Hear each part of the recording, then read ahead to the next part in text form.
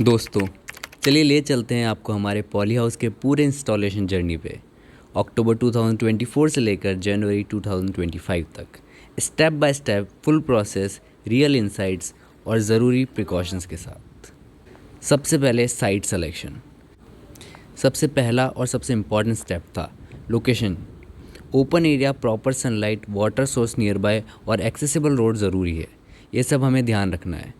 अक्टूबर 24 में land levelling start हुआ। ज़मीन को बराबर किया गया, सारी घास फूस हटाई गई और ड्रेनेज का ध्यान रखा गया, क्योंकि पॉली हाउस में पानी का जमना बिल्कुल सही नहीं है। फिर आता है स्ट्रक्चर इंस्टॉलेशन। सबसे पहले किया गया फाउंडेशन वर्क, जिसमें ग्राउंड एंकर्स को फिक्स किया गया कंक्रीट के साथ। ये बेस होता है पूरा स्ट्रक्चर होल्ड करने के लिए। हमने इसकी डेप्थ 3 फीट तक रखी थी। एंड यस, इंस्टॉलेशन का सबसे इम्पॉर्टेंट स्टेप है फाउंडेशन। फाउंडेशन स्ट्रांग होगा तभी पूरा स्ट्रक्चर स्ट्रांग होगा। उसके बाद पाइप्स को असेंबल किया गया। Arc, frames, purlins and support rods, हर एक पार्ट प्री मेजर्ड था। बट ऑन ग्राउंड अलाइनमेंट और टाइट बोल्टिंग बहुत इंपॉर्टेंट होता है। विंड लोड और वेदर कंडीशन के हिसाब से डिज़ाइन काफ़ी स्ट्रांग होना चाहिए। राजस्थान जैसे एरिया जहाँ कभी कभी तेज़ आंधियाँ चलती है, वहाँ पे एक्स्ट्रा एंकरिंग काफ़ी काम आती है। एक सपना था मॉडर्न कंट्रोल एनवायरनमेंट बनाना, जहाँ हम ऑफ सीज़न क्रॉप्स लगा सकें, क्वालिटी मेंटेन कर सकें और फार्मिंग को एक नए लेवल पे ले जा सकें। और इस सपने की शुरुआत हुई एक पॉली हाउस से। अब मैं आपको बताता हूँ स्ट्रक्चर बनाते टाइम किन बातों का आपको बहुत ध्यान रखना है। सबसे इम्पॉर्टेंट है फ्रेम्स में जितने भी बोल्ट्स एंड स्क्रूज लग रहे हैं उनका ध्यान देना। कोई भी बोल्ट या स्क्रू लूज़ नहीं रहना चाहिए, जिससे फ्रेम में प्रॉब्लम आ सकती है। इसके बाद सबसे इम्पॉर्टेंट चीज़ होती है गटर लाइन। ये जो सामने आप देख रहे हैं इन्हीं को गटर लाइंस या फिर ड्रेनेज लाइंस कहते हैं, जिसमें बारिश का पानी इकट्ठा होकर ड्रेनेज होता है। बट इनको हमेशा 3 या 4 फीट तक एक्स्ट्रा एक्सटेंड करवाएं, क्योंकि जब फ्यूचर में पाइप्स लगाते हैं तब काफ़ी प्रॉब्लम आती है।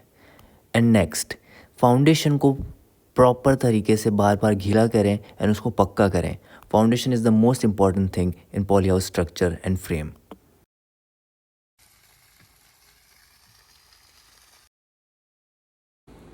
बेड्स को बनाने से पहले हमने लैंड प्रिपरेशन अच्छे से किया। उसमें हमने गाय का गोबर डाला, जो कि करीबन 10 ट्रॉली थी।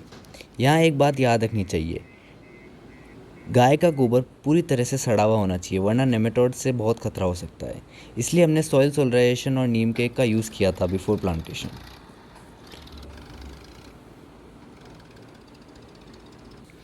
इसके बाद स्टार्ट होता है पॉलीफिल्म इंस्टॉलेशन। दिसंबर की शुरुआत में स्ट्रक्चर रेडी था और अब बारी थी पॉलीफिल्म कवर की। इस स्टेज पे सबसे ज़्यादा प्रिकॉशन चाहिए होता है। एक छोटी सी कट या टेंशन इशू से पूरा फिल्म डैमेज हो सकता है। फिल्म को सुबह शाम के टाइम इंस्टॉलेशन करना बेस्ट होता है, जब टेम्परेचर ज़्यादा ना हो, क्योंकि हीट से फिल्म स्ट्रेच हो सकती है और कोल्ड में टाइट हो जाती है।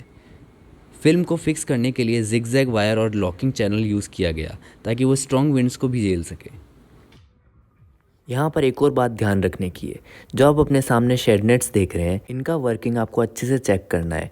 जैसे कि आप अपने सामने देख सकते हैं पूरा खुला हुआ है, एंड इसके खुलने और बंद होने के टाइम पे ये स्टक नहीं होना चाहिए, बिकॉज़ गर्मियों में शेड नेट बहुत इंपॉर्टेंट है। एंड विंटर्स में इनको जब आप क्लोज़ कर रहे हैं तब भी इनका वर्किंग अच्छे से होना चाहिए। Ventilation and side curtain mechanism. Poly house के अंदर का एनवायरनमेंट कंट्रोल करना होता है, इसलिए हमने उसे यूज़ किया manual curtain roll up system से। साइड कर्टेन्स वेंटिलेशन के लिए इम्पॉर्टेंट है। दिन में हीट और ह्यूमिडिटी निकालना होता है, रात में क्लोज़ करना पड़ता है ताकि क्रॉप्स को ठंड ना लगे। अगर आप ऑटोमेटेड सिस्टम अफोर्ड कर सकते हो तो और भी अच्छा है, लेकिन मैनुअल भी सही से चले तो काफ़ी इफेक्टिव होता है। फिर बात आती है इरिगेशन एंड बेड प्रिपरेशन की। हमने हमारा ड्रिप इरिगेशन सिस्टम पूरा जेन इरिगेशन सिस्टम कंपनी का लगवाया है, जिसमें sand filter and disc filter included था, एंड सारे लेटरल्स भी जेन कंपनी के ही थे। ड्रिप इरिगेशन लेआउट किया गया with inline drippers. Her plant को बराबर पानी मिलता है बिना वेस्ट के। वाटर फिल्टर सिस्टम भी लगाया गया, क्योंकि पॉली हाउस में क्लॉगिंग से प्रॉब्लम्स होती है। ये पानी अब इसके अंदर से इसके अंदर जा रहा है और आगे से ये नीचे आगे अपने फिल्टर सिस्टम में जा रहा है, वो वाल खुला रहेगा। जब इस फिल्टर को साफ करना हो तो पहले आप इसको खोलो, हाँ इसको खोलो और इसको बंद करो। ये वॉल को इसका है। हाँ, इसको बंद करना है, हाँ। फिर इसको खोलना, हाँ। ठीक है, और फिर इसको बंद करना है, इसको। अब पानी ऐसे जाके और ये फिल्टर को साफ करके और बैकवाश हो जाता है। Then at last irrigation system में हमने फॉगर्स लगवाए जो कि गर्मियों में बहुत काम आते हैं एंड इनकी फिटिंग आपको बहुत ध्यान रखनी है बिकॉज इनका लीकेज बिल्कुल अफोर्ड नहीं कर सकते। लेट्स सी अपने पॉली हाउस के अंदर फॉगर टेस्टिंग कैसे चल रही है।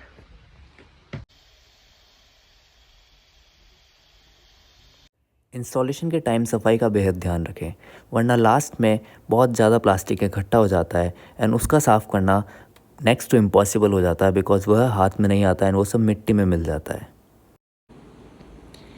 जनवरी 25 में सब सेटअप रेडी हो गया था, इरिगेशन भी टेस्ट कर लिया था, वेंटिलेशन भी स्मूथ था एंड पॉलीफिल्म प्रॉपर्ली सील्ड थी। अब बारी थी फर्स्ट क्रॉप चूज़ करने की।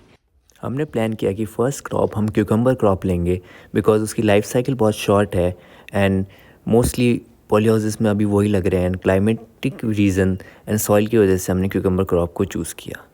एंड हमने सारे सीड्स के ऊपर डिस्पोजल्स इसलिए लगाए हैं बिकॉज हमारे यहाँ रैट्स की प्रॉब्लम है। फील्ड रैट्स सारे बीज को खा सकते हैं जिसकी वजह से बहुत नुकसान हो सकता है। अगर आप भी विंटर क्रॉप लगा रहे हैं तो मल्चिंग शीट ज़रूर लगाएं। हमने मल्चिंग शीट नहीं लगाई जिसकी वजह से हमारे जर्मिनेशन में बहुत प्रॉब्लम आई थी। इसके बाद हमने फार्म पॉन्ड बनवाने से पहले एक टेम्पररी पॉन्ड बनवाया बिकॉज़ पूरे 1 एकड़ में ड्रिप इरिगेशन के लिए प्रेशर बहुत नीडेड होता है जिसके लिए आपको पानी कलेक्ट करके चलाना पड़ता है। एंड एट लास्ट चलिए देखते हैं मेरे फ्रेंड्स का क्या रिएक्शन था जब उन्होंने देखा कि हमने फार्म पे पॉली हाउस ओपन कर लिया है। सही में बेटा ये पहले भी जैसे बनाया, यार खाने मार दो ये तेरे लिए कमरा ही बनवा दिया है वो। और तो यार वो सही में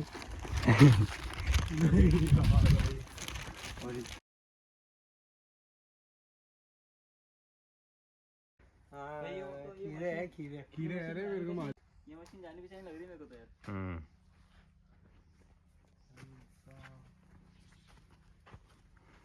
पहली है क्या हर्षु? हाँ।